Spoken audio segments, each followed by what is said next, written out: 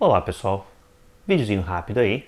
Hoje o assunto são pilhas e baterias. Vou fazer uma apresentação breve de uma situação que eu enfrentei alguns dias atrás sobre como medir baterias de uma maneira, pilhas e baterias, de uma maneira na qual revele mais do seu estado efetivo, tá? Do seu estado de saúde, digamos assim, né? De carga, né?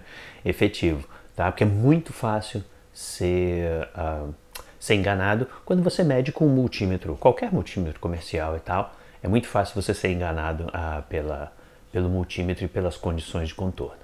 Então vamos lá, vamos mergulhar nisso. Bom, só um apanhado geral aqui, uma introdução bastante básica sobre o conceito de pilhas, tá? Só para a nossa função aqui, que é o principal, que é a medição de pilhas em si, para avaliar se elas estão bem ou não, né? Então, bom, basicamente aqui eu tenho, basicamente o que é uma pilha, né? Uma pilha, na realidade, é um sistema, é um enclausurado, um conjunto químico enclausurado, tá? E com dois terminais metálicos, né? Negativo, positivo, tá?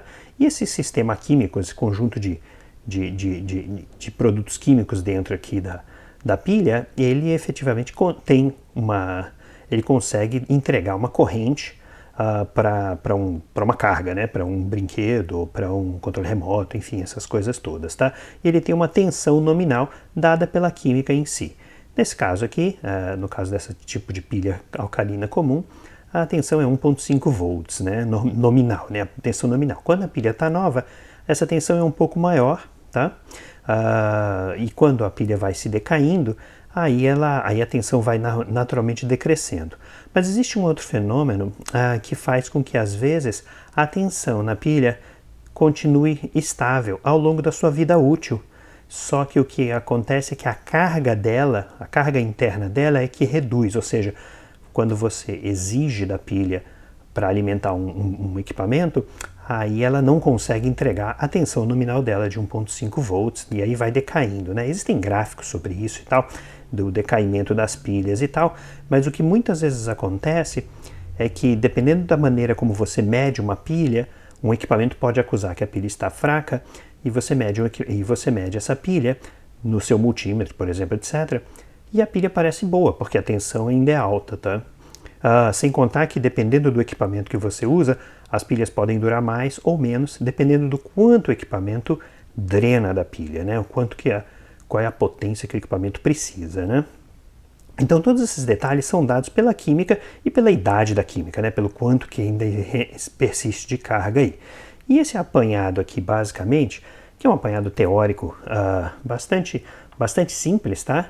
Ele basicamente tenta reproduzir isso, todos esses efeitos que eu descrevi, através de um modelo, né? Tá aqui a nossa pilhazinha, né, com os terminais negativos e positivos, e ele tenta reproduzir isso de uma maneira relativamente simplificada, mostrando uma fonte de tensão ideal. Fontes de tensão ideal não tem resistência, não tem nada, e elas entregam uma tensão constante, tá?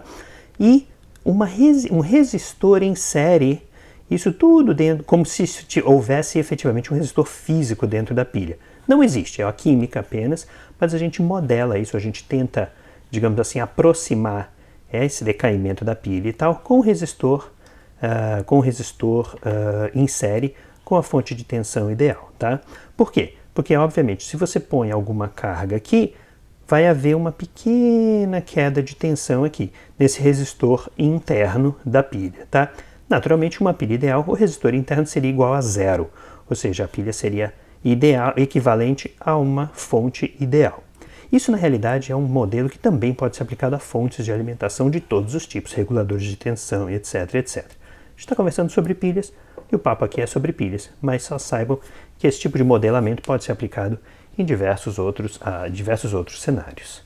Então vamos dar uma olhadinha agora a transportar todo esse modelo, toda essa ideia, para como fazer a medição das pilhas com os multímetros e etc. O que isso significa dependendo do tipo de multímetro que você usa para medir essa pilha.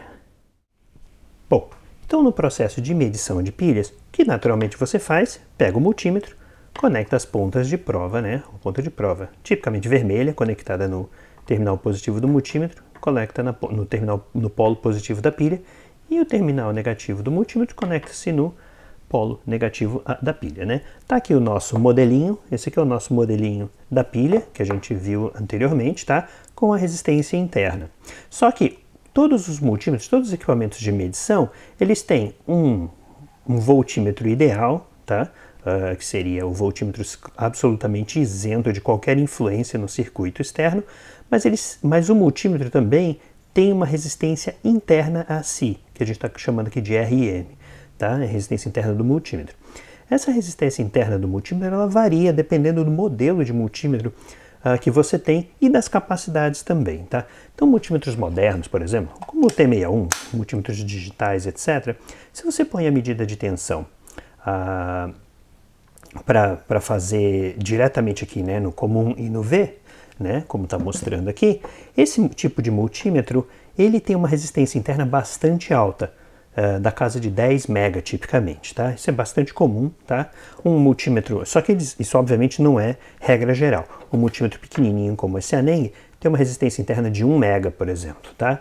E o multímetro aqui como o Minipa tem uma resistência dada o número de K por volts, né? Então, na realidade, dependendo da escala que você escolhe, ele vai ter aí uma resistência interna. No caso, se você escolhesse 2.5 volts, 20K por volt, ele teria 50K de resistência de entrada, tá? Então, no final das contas, medir medir o estado da pilha com a escala de tensões dos multímetros nem sempre é uma boa. Por quê? Porque, por exemplo, pegando o nosso UT61, imagine, por exemplo, que a minha bateria foi gasta já com o tempo, já está uma bateria usada, e ela tem, por exemplo, 1 ohm e meio de resistência interna, né? Ou seja, isso aqui é apenas uma aproximação, sempre pense nisso, nunca pense que existe um resistor dentro da bateria, tá? Só deixando bem claro aí mais uma vez, só lembrando. Mas imagine o seguinte, o meu resistor interno do multímetro é 10 mega, tá?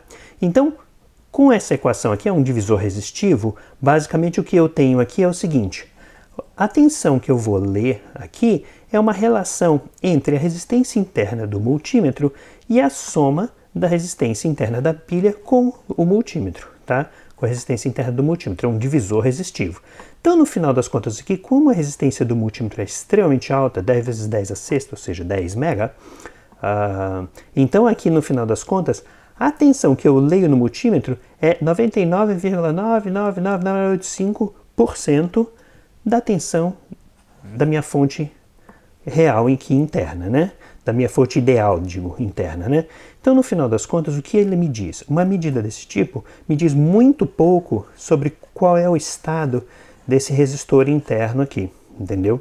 Então, por exemplo, se eu meço isso com um multímetro, com um testador de baterias, aí, por exemplo, o T61, esse carinha não tem um testador de baterias, mas tanto o Aneng tem esse Aneng Mini tem 2 modos aqui de teste de baterias, você vê 1.5 volts e 9 volts, e tem as correntes que eles drenam da carga. E aqui também o multímetro Minipa tem 2 escalas aqui embaixo, de 1.5 volts e de 9 volts também de bateria. O que eles fazem?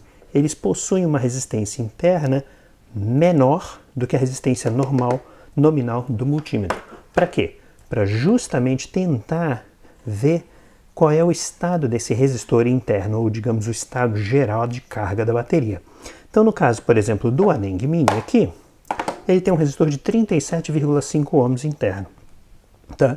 Então, no final das contas, se eu ponho a minha bateria de 1,5 ohms, então a minha tensão nominal, que seria normalmente 1,5 volts, ela fica, aí eu aplico na mesma equação, eu acabo lendo uma medida um pouco menor do que a medida original. A medida original praticamente é a mesma tensão interna, então não me diz nada sobre o resistor interno. Aqui ele já começa a me dizer alguma coisa. Apesar de ser apenas 4%, aproximadamente 4% menor, eu já consigo ter uma ideia do quanto de carga que essa pilha tem, ou seja, do quanto que esse resistor interno está influenciando a minha medida. Obviamente que esse resistor interno aqui da pilha pode aumentar significativamente depois, ao longo da vida útil, ou seja, quanto mais descarrega-se a bateria. Mas felizmente os 4% aqui, um multímetro sensível como esse e avançado, ele já consegue medir de maneira acurada e aí você consegue ter uma ideia exata do estado, digamos assim, da carga do multímetro, tá? O multímetro, por exemplo, analógico como o Minipa, no modo de baterias, infelizmente, ele só me dá uma indicação aqui como ruim e bom, ou seja, o vermelho e o verde. Você não tem necessariamente uma ideia de qual a tensão que você está lendo aqui. O Aneng também não é tão melhor assim. Ele me dá uma ideia da corrente que eu estou medindo da pilha. Então, no final das contas, para você ter uma ideia da tensão, eu acabei fazendo uma tabelinha, aí botei atrás, colei atrás do multímetro, tá? Então, se a pilha tem 1.5 volts, a corrente que ele vai me mostrar é 40 mA, e aí vai até as diferentes tensões da pilha em si. E aqui, a mesma coisa para os 9 volts também, tá? Então, basicamente, esse aqui é a parte, digamos assim, teórica, ou basicamente teórico-prática do processo de medição de pilhas e do porquê é importante ter um testador de baterias que tem uma resistência interna menor do que o multímetro comum. Então vamos ver isso na prática, só como é que funciona. Bom, então na prática, o que nós temos aqui? Medindo com o Unity, que é o nosso multímetro com a tremenda de uma impedância de entrada de 10 mega, o que nós temos? 1.44 volts. 1.44 volts numa pilha de 1.5 volts, eu diria que é uma pilha semi-nova, tá? Ela está com uma carga excepcional, tá? Ainda, tá? Note que essa pilha já foi usada, tá? E basicamente esse tipo de pilha, ela não é nem um pouco semi-nova, tá? Então agora, por exemplo, testando com um equipamento como o Minipa, no modo de baterias, o que nós temos aqui? A bateria está ruim. Só que é difícil, ele fala assim, bateria ruim está no meio do caminho, né? Mas é difícil saber o quanto que a bateria ainda tem de carga. Isso aí está meio pela metade. Mas, ou bem ou mal, a bateria está ruim. O Unity tinha a bateria praticamente semi-nova, 1.44 volts. Esse aqui estava ruim.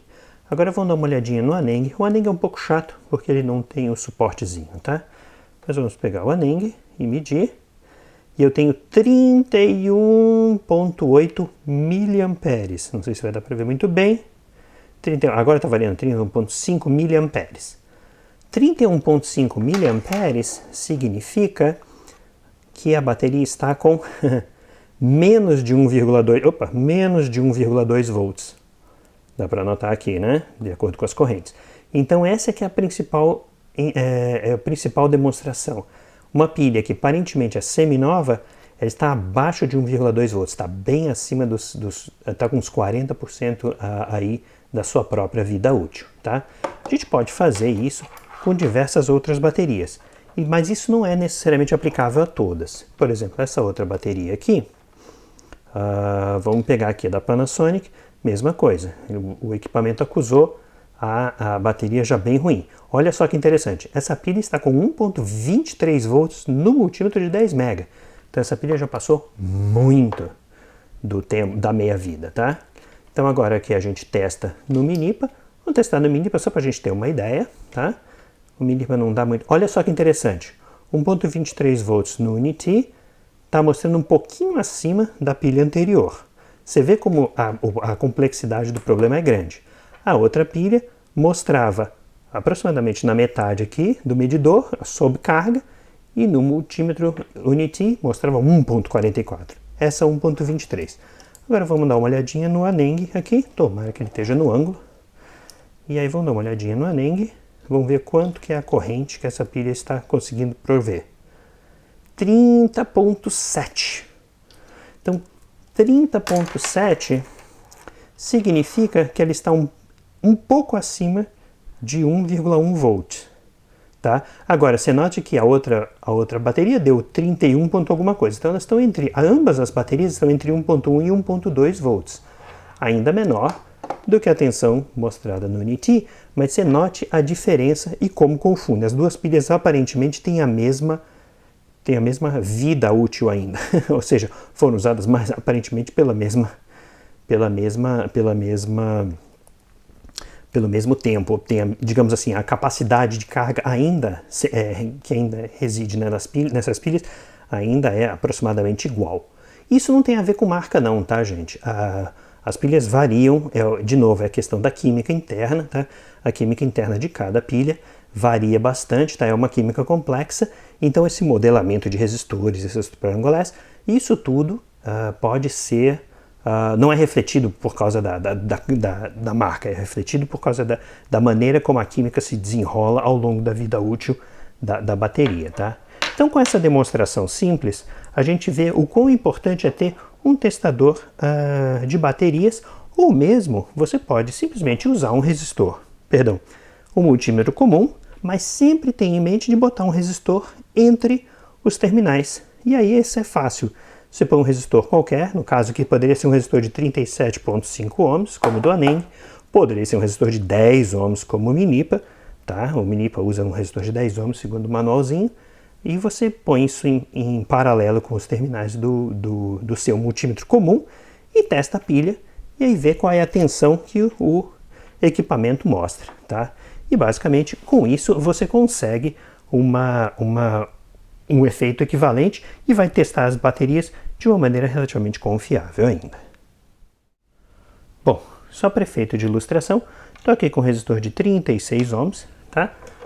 Conectado aqui nos meus terminais de ponta de prova, e aí a gente pode facilmente medir a tensão na bateria.